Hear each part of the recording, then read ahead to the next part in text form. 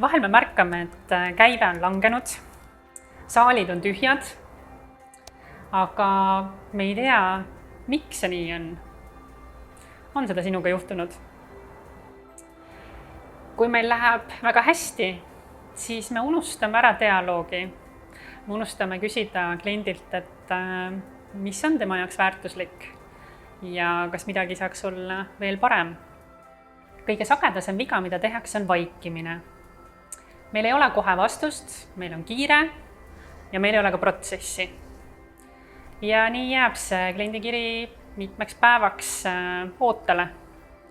Klient aga on pettunud ja läheb konkurendi juurde.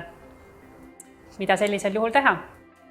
Seega, kui sa oled otsustanud, et klientide tagasiside on sinu jaoks oluline, siis saab paika panna protsessi ja luua tööriistad, nii et kellelgi ei oleks paha seda tagasisidet küsida ega keeruline sellele vastata.